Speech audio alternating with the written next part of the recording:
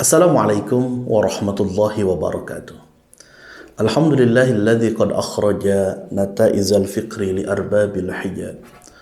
Wassalatu wassalamu ala sayyidina Muhammadin al-Mustafa wa ala alihi wa ashabihi min ahli sidiki wal wafa amma ba'du. Saudaraku, ikhwan akhwat yang budiman, di antara mukjizat bagi para nabi, mereka mengetahui apa yang tersurat dan Allah berikan pemahaman hal-hal yang tersirat. Yang tersurat tentunya adalah kitabullah atau firman-firman Allah yang tercatat di dalam kitab-kitabnya. Begitupun dengan baginda Nabi Muhammad SAW, selain apa yang ada dalam Al-Quran, hal-hal yang tersurat, juga beliau Allah berikan kemampuan untuk bisa memprediksi apa yang terjadi di masa depan atau di masa hadapan. Hal ini berkaitan dengan keadaan umat di masa depan. Seperti yang disebut dalam satu hadis, di mana baginda Nabi SAW bersabda, "Sayati zamanun ala ummati yafirruna minal ulama'i wal fuqaha, fayabtalihimullahu bi thalathi baliyat." Kata baginda Nabi, sayati zamanun ala ummati, akan tiba satu zaman atau satu masa kepada umatku. Dari awal menggunakan fi'il mudhari', artinya zaman hal wal istiqbal, akan tiba suatu masa.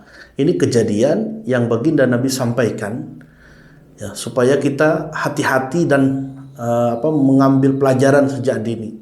Akan tiba masa itu apa? Umat jauh daripada ulama dan ahli fikih. Fayabtalihimullahu bithalathi baliyat. Maka apabila itu terjadi, Allah akan memberikan 3 macam bencana. Ulaha yarfa'ullahu al-barakatu min kasbihim. Yang pertama adalah Allah mengangkat keberkahan daripada kasabnya. Wathani, adapun yang kedua adalah yusallitullahu alaihim sultanan zalima. Allah akan menguasakan kepada mereka pemimpin-pemimpin yang zalim. Dan yang ketiga, wa yakhrujuna minad dunya'i bighairi iman. Mereka akan keluar dari alam dunia ini tanpa membawa iman. Mari kita lihat apa yang disampaikan oleh baginda Nabi SAW 14 abad yang silam. Apakah ini benar terjadi atau tidak saat ini? Kata beliau, akan tiba satu masa umatku jauh daripada ulama dan ahli fikih. Nah, sebelum kita melihat apa efeknya, siapa itu ulama? Ya. Ulama tentunya adalah jama' daripada kata alim, artinya orang yang berilmu. Adapun ulama, orang-orang yang berilmu. Tetapi mafhum di kalangan awam dan kalangan kita, sekalipun satu orang dia alim maka disebut ulama, tidak masalah. Nah, ulama ini ada terbagi menjadi 3. Ada yang disebut dengan ulama, ada yang disebut dengan hukama, ada yang disebut dengan kubara. Ulama adalah orang yang faham tentang hukum-hukum syariat. Dan mereka ini bisa memberikan fatwa. Ya, disebut ulama. Maka di negara kita ada yang disebut Majelis Ulama Indonesia. Ijtima'ul Ulama fil Indonesia. Ya, jadi Majelis Ulama Indonesia. Mereka ketika sudah berkumpul melakukan satu musyawarah, menemukan satu hukum, maka mereka membuat hukum, itulah fatwa Majelis Ulama Indonesia. Bukan satu ulama ya, tetapi ulama berkumpul memberikan pandangan tentang masalah hukum. Yang kedua ada yang disebut dengan hukama. Itu disebut dengan ahli hikmah ya. Ahli hikmah itu apa? Ahli hikmah orang yang paham tentang zat Allah. Ya, dia sudah mencapai ma'rifat ya.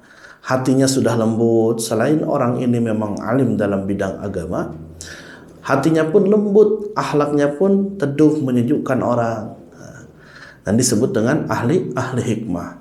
Tentu ahli hikmah di sini bukan berarti dia tidak menjalankan syariat. Syariat ia jalankan, ternyata hatinya pun dekat, lembut ya, dan bisa membawa umat kepada arah yang lebih baik. Dan yang ketiga ada yang disebut dengan kubaro. Apa itu kubaro? Orang yang Allah berikan anugerah kedua-duanya. Dia alim dalam berbagai bidang disiplin agama. Kemudian 2, dia pun lembut hatinya. Disebut dengan waliullah ya, para wali Allah. Sekalipun tidak semua para wali itu adalah alim, ya, ada yang hikmah saja. Nah, insya Allah itu gambaran tentang ulama. Selebihnya, bagaimana efek yang terjadi ketika kita jauh daripada ulama dan ahli fikih ini, maka kita akan bahas di dalam pertemuan yang selanjutnya. Assalamualaikum warahmatullahi wabarakatuh.